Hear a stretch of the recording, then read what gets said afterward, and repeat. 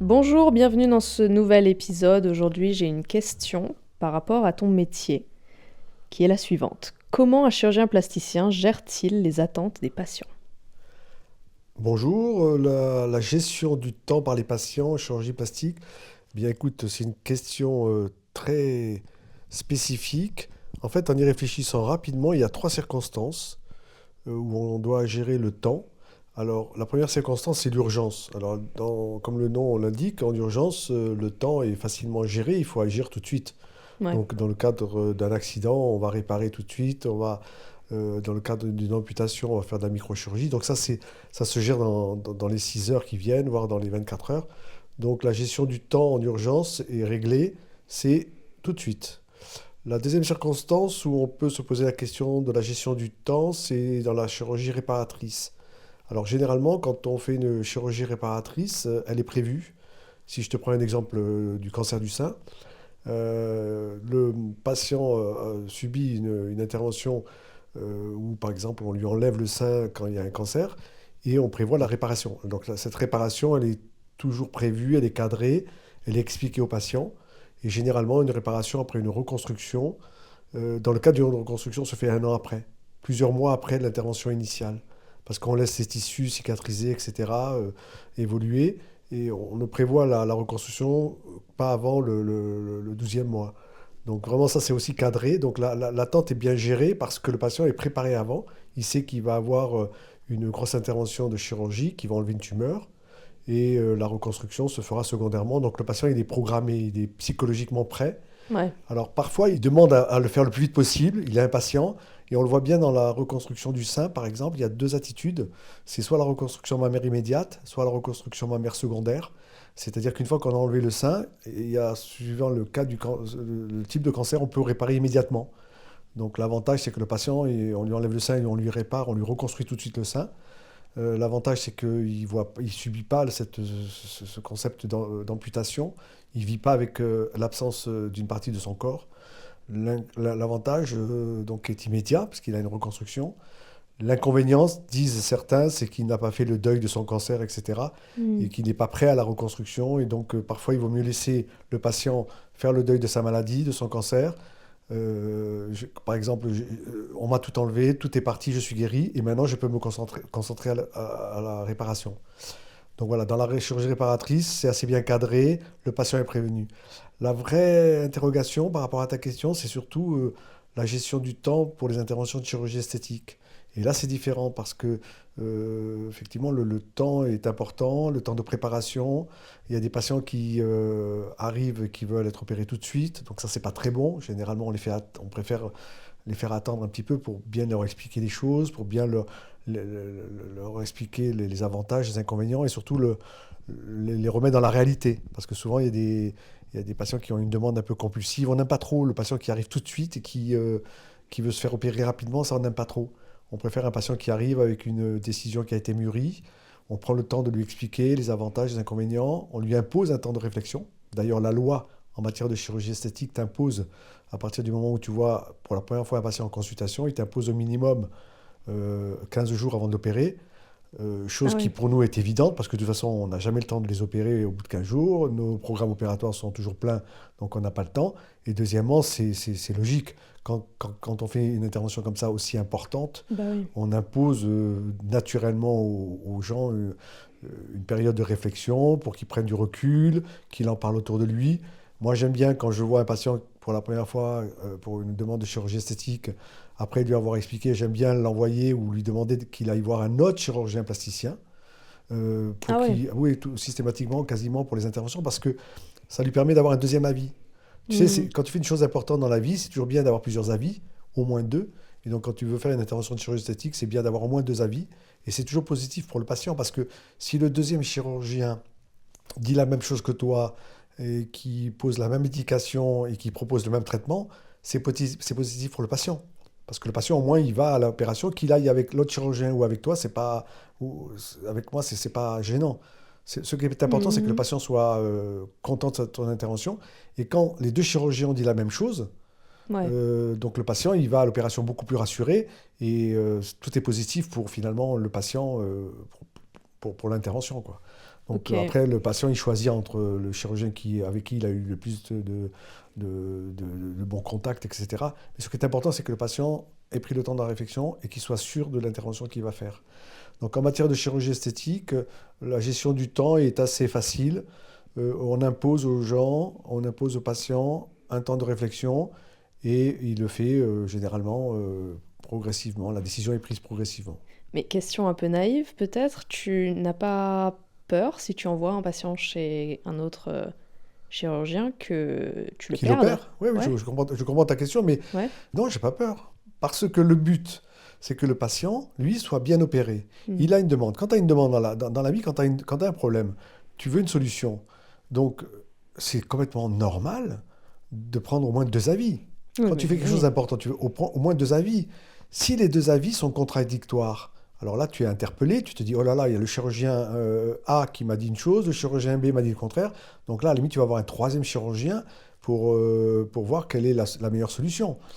Mais si jamais tu vas avoir deux chirurgiens de manière indépendante et que les deux te disent la même chose, c'est hyper positif pour le patient. Alors Ouais. si si le patient va se faire opérer par un autre chirurgien, c'est pas grave. Le plus important, c'est que le patient, lui, fasse une belle chirurgie, qu'il ait un beau résultat, qu'il soit content et qu'il ait une vision positive de la chirurgie esthétique. Et surtout qu'il soit satisfait. Hmm. Que ce soit toi ou ton collègue. Parce que pour les vrais chirurgiens comme moi, qui ont fait un vrai cursus de chirurgie plastique, qui ont eu un internat avec une grosse sélection, qui ont fait un clinica, qui sont encore à l'hôpital, eh bien, qui ont une bonne formation dans les hôpitaux en France, eh bien, moi, que le patient soit opéré par mon collègue ou par moi, c'est pareil. Ça ne change rien. Lui, Hmm. on n'est pas dans le commerce à se piquer les malades, Hmm. on n'est pas là pour vendre une intervention ou pas. On est là pour répondre à la demande d'un patient. Si c'est avec toi, tant mieux. Si c'est avec notre collègue, tant mieux aussi. Le principal, c'est que le patient soit content. Tu sais, c'est pas parce Ouais. que tu envoies un patient. Je n'envoie pas les patients, je demande aux patients d'aller voir de manière neutre et indépendante un autre chirurgien Ouais. pour qu'il ait un avis vraiment neutre et honnête. Tu Ouais. vois? Ouais, ouais, bien sûr. Donc, c'est pas, je me dis pas, tiens, non, je prépare au mieux mon intervention. Pour que mon intervention soit bien acceptée, il faut qu'elle soit bien comprise. Donc, pour qu'elle soit comprise, il faut que je lui explique bien, il faut que je lui laisse le temps de la réflexion, et éventuellement qu'il aille voir un autre chirurgien pour avoir un deuxième avis, et lui, après, le patient se fait son avis. Mais tu sais, les choses sont assez simples, hein, quand les patients, en général, décident de faire une intervention comme ça, souvent, ils prennent un deuxième avis. Et paradoxalement, les femmes sont beaucoup plus faciles que les hommes. Ah bon? Oui, parce que les femmes, si tu veux, elles prennent beaucoup de temps pour se décider. Mais une fois qu'elles sont décidées, elles savent exactement ce qu'elles veulent. Ah ouais. C'est carré, c'est net, clair et précis. Et en général, alors que les hommes, ils viennent, ils sont beaucoup plus indécis. En chirurgie esthétique, la gestion du temps avec les hommes est beaucoup plus compliquée, hein. Ah Eux, ouais. ils viennent sur une compulsion et ils veulent tout de suite des interventions. Et ça, c'est pas très bon parce qu'ils sont assez obsessionnels, tu vois. Hmm. L'homme est plus difficile à gérer, en fait, dans mon expérience, que les femmes. Les femmes, elles prennent du temps, mais quand elles sont décidées, alors là, il faut que ça aille vite, hein. Ah, c'est marrant ça. Ouais, ouais, mais les demandes et les suites, en général, avec les femmes, sont beaucoup plus simples, hein. Ah ouais. Ah oui.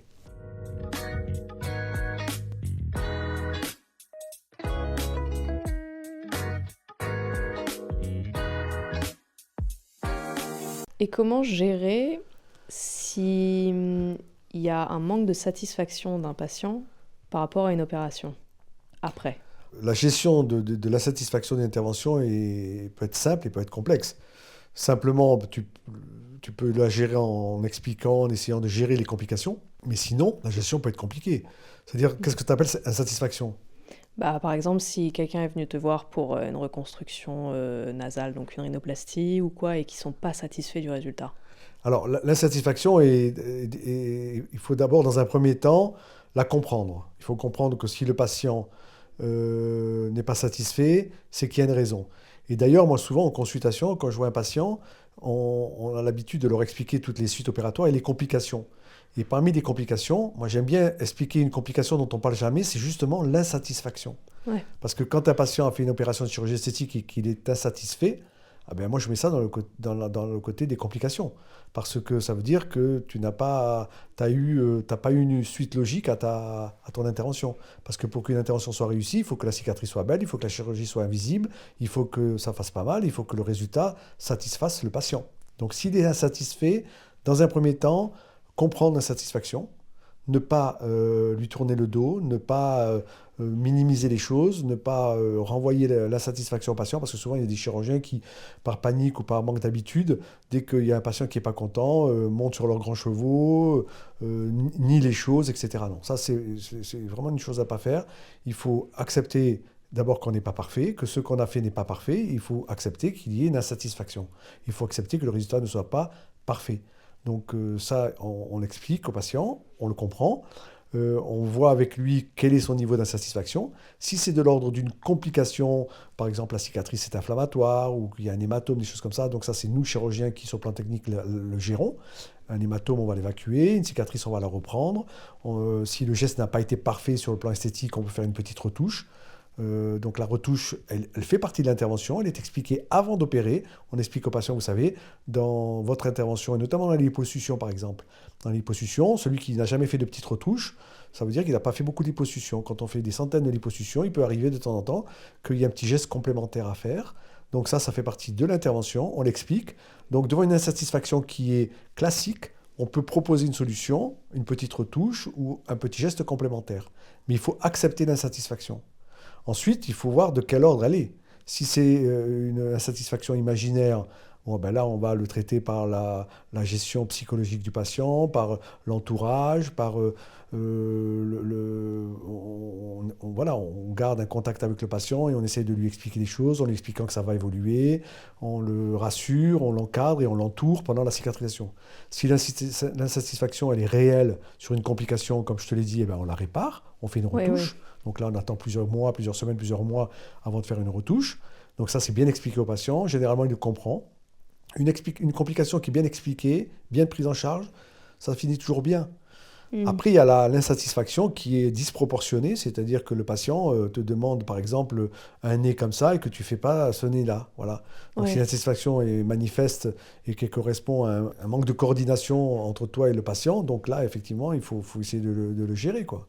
Ça devient plus compliqué. Voilà.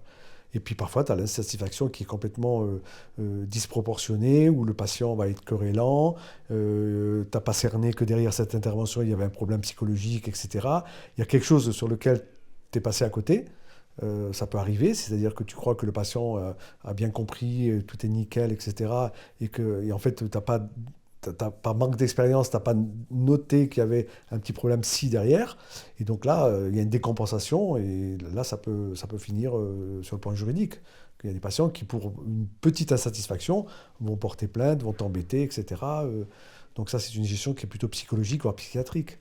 Est-ce que ça t'est déjà arrivé Ça d'avoir des arrive à tout le problèmes? monde, tout le monde. Celui qui te dit qu'il a opéré 1000 Ouais. opérations, qui a fait 1000 opérations et qui a jamais eu un patient insatisfait, ça n'existe pas. Bien sûr, Mais ça peut arriver. ouais, mais est-ce que t'as déjà eu... Est-ce que c'est déjà allé loin? Ah Donc, bah, moi, le plus loin que ça a été une plainte à l'ordre des médecins.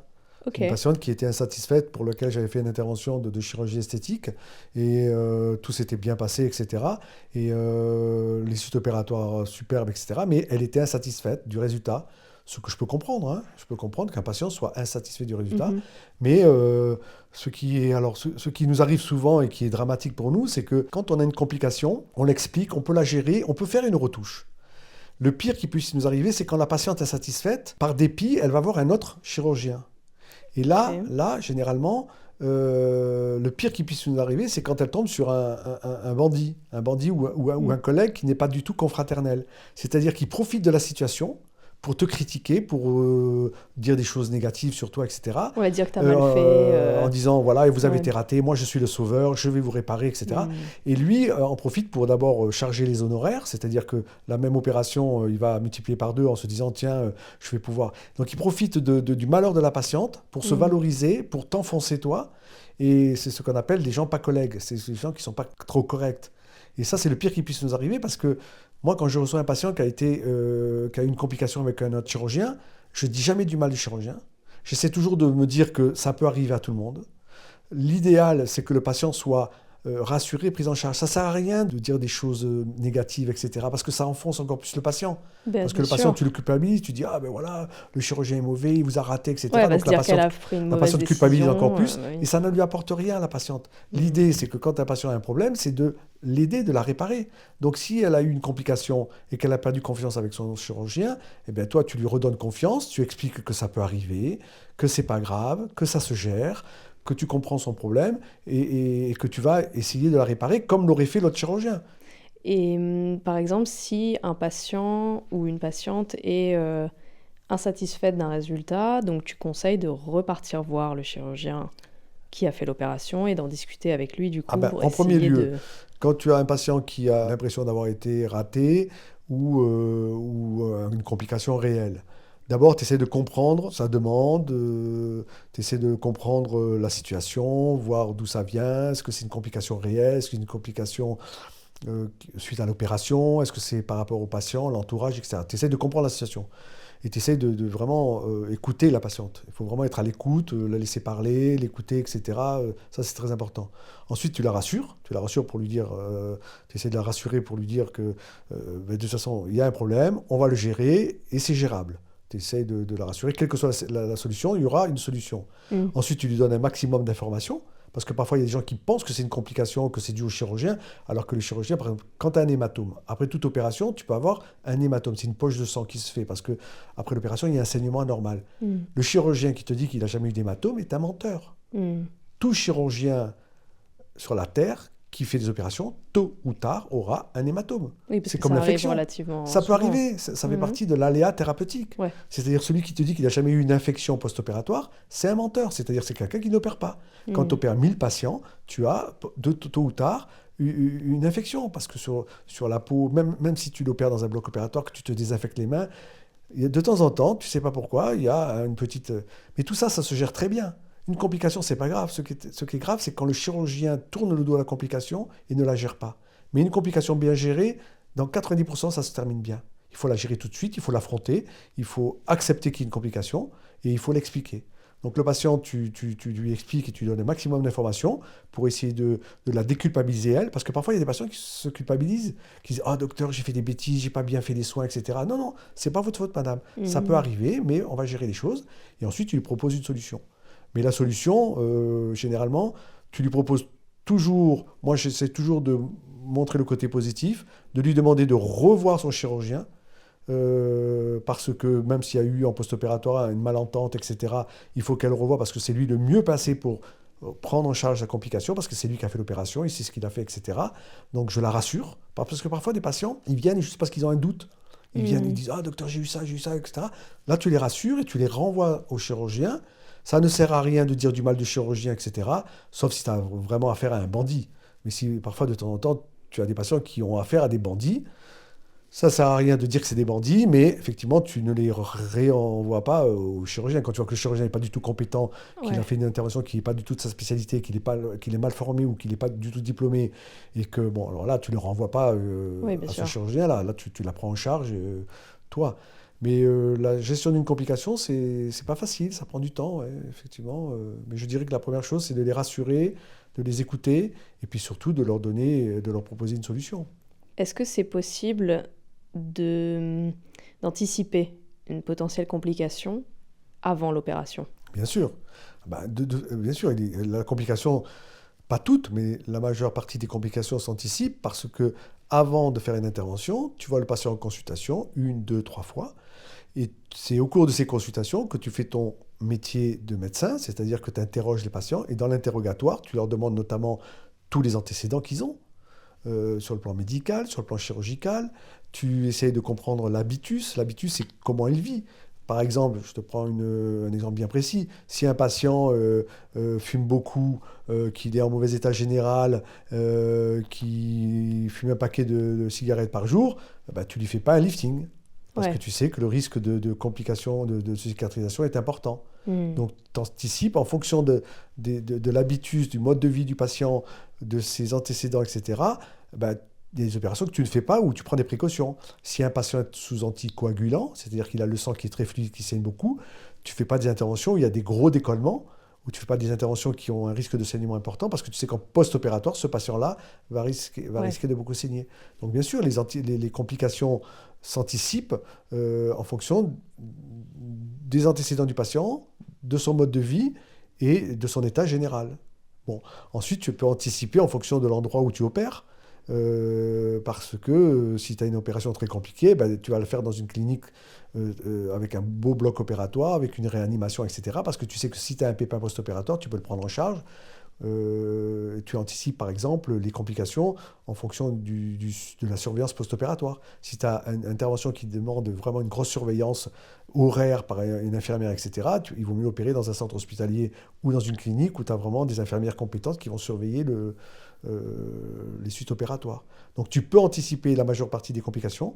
Après, tu as les complications qui sont imprévisibles, comme l'hématome, l'infection, des choses comme ça. Mais généralement, ces complications-là peuvent être le plus souvent gérées. Mais tu as parfois, évidemment, parfois tu as l'accident. Hein. Tu as le patient qui fait Ouais.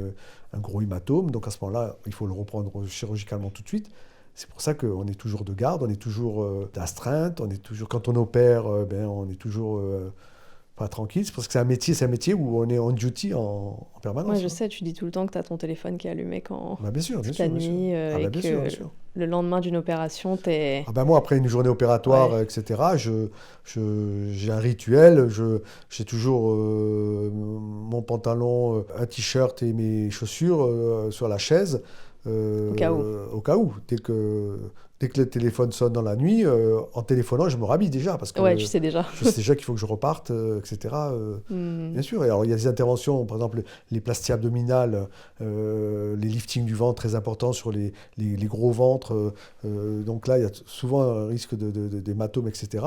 Donc là, moi, si j'ai une grosse plastie abdominale, si dans la soirée ou dans la nuit, le téléphone sonne, je te dis, je suis au téléphone, l'infirmière m'appelle, je suis en train de m'habiller. Parce Ouais, que je négocie pas, je discute pas, je vais directement à la clinique.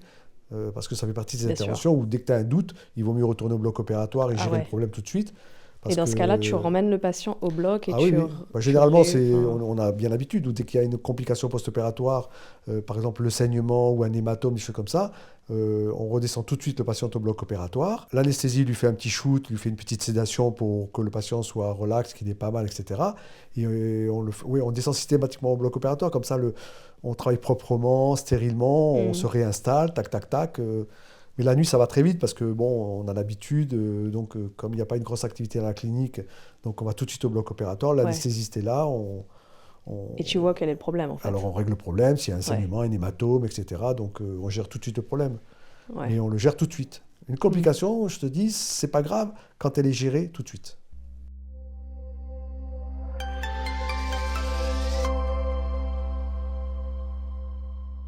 Merci beaucoup d'avoir écouté ce nouvel épisode. J'espère qu'il vous aura plu. N'hésitez pas à me laisser un commentaire et me dire ce que vous en avez pensé.